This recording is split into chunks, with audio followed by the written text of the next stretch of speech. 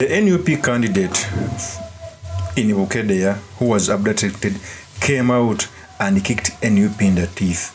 And I think the Speaker ANITA AMONG outsmarted the NUP in this regard. The reason I'm saying this is that the first candidate of the NUP, who was, by the way, genuine, he was disregistered in the Electoral Commission. And for me, I think when Joel Sonyo came out to say that Speaker ANITA AMONG tried to influence the Electoral Commission and others so that these people can be deregistered, because even FDC quite the same, it may be having some iota of truth. But even when a new candidate was brought on board, news came in that he was abducted, and later he came out to say that he was not abducted, he withdrew his candidature. You clearly see that there are some games going on. I keep on telling people that Speaker ANITA AMONG is one of the crude politicians who's a woman. Is not in those positions just for by mistake. He has some effort to do. In fact, I keep on telling people that the same person who was unopposed in 2016 cannot be the same person unopposed in 2021 to an extent of influencing other political parties. So this candidate came out to say that he was not abducted as his party alleges, and that he withdrew his candidature. But even if he had to withdraw his candidature, why is it that he never communicated to a political party until the nomination dates closed? Before I proceed, let me first give you the tape as this new candidate was speaking. Pay a lot of attention because it's going to form a basis for a discussion. Here's the tape. Good evening, ladies and gentlemen. My name is Asiya Florence, the NUP flag bearer for Woman MP BUKEDEA District. I am here to clear the air and the rumors going around that I was kidnapped by the Right Honorable Speaker, ANITA AMONG, as alleged by my party. In that case, I wish to categorically make it clear to everyone that I was not kidnapped. My decision not to appear on the nomination grounds that day came out of family pressure, being it that I am a daughter to the Right Honorable Speaker. So, due to family pressure, I had to pull out.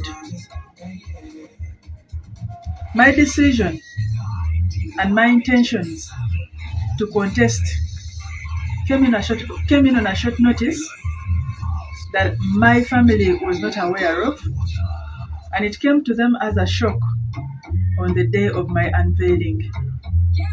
That is when the pressure started mounting. I didn't take it seriously, but I couldn't hold it anymore. I thank you all for listening. I appreciate you all for your understanding. May God bless you. That is the candidate for NUP, the new candidate. For those who are forgetting, this candidate came in on short notice after the original candidate of NUP was deregistered. So these questions must arise. The simple investigations I've made, that candidate was an NRM candidate. He came on short notice. So how did he manage to get the NUP ticket? One, since the original candidate was deregistered, I think they planted a mole in the NUP which never maybe did due diligence. And it was a mole be sent. It can be possible that he was sent by the speaker. And in this regard, the Speaker ANITA AMONG is laughing at the NUP because he had the last dance. Although very many politicians, by the way, not only ANITA AMONG was unopposed, some of them buy out opponents if they have money. Like some Kutesa used to do, so every person would come out to pick nomination forms. You could give you some money, maybe 20 million or 30, so that it passed through unopposed. It saves money and time. Okay? But influencing the Electoral Commission on the original candidate was bad, because even General Museveni came out in a letter and opted an investigation which has never been made public. So you clearly see, if you don't arrest these issues in our democracy, it may be a big problem. For those who are forgetting, the way this candidate came, the original candidate was deregistered and NUP made a press conference unveiling a new candidate. This is what happened. Here to announce to you today that after the frustration of our candidate, Mercy Alupo, now I am here to present to you our new candidate, who is called Asiya Florence. Asiya Florence, please join me. And the other can come. Mercy. So I am going to give each one of them a minute to address the press. Who goes first? Mercy. Mercy. Okay, but maybe she can also talk. No, you. So here I present to you Honorable Asio Florence, who is our flag bearer for Bukedea District 2026-2031. People power! Our power! People power! Our power! People of Bukedea, I am here to represent you. My name is Asio Florence. First and foremost, I want to thank God Almighty who has given us this opportunity.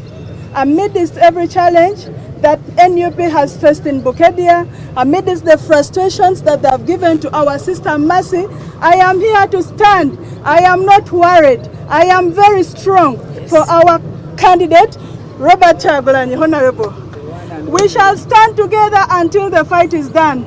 There are women who represent the values of women in Bukedea, and our sister here is going to represent us, and we're all rallying behind her. That said, we are going on with the campaign trail, and today we are going to Bunyoro. But before we even talk about going to Bunyoro, I want to highlight the lawlessness that all of you have seen. You have seen serving military officers and serving police officers openly campaigning for the regime. That is the new candidate who just withdrew his case.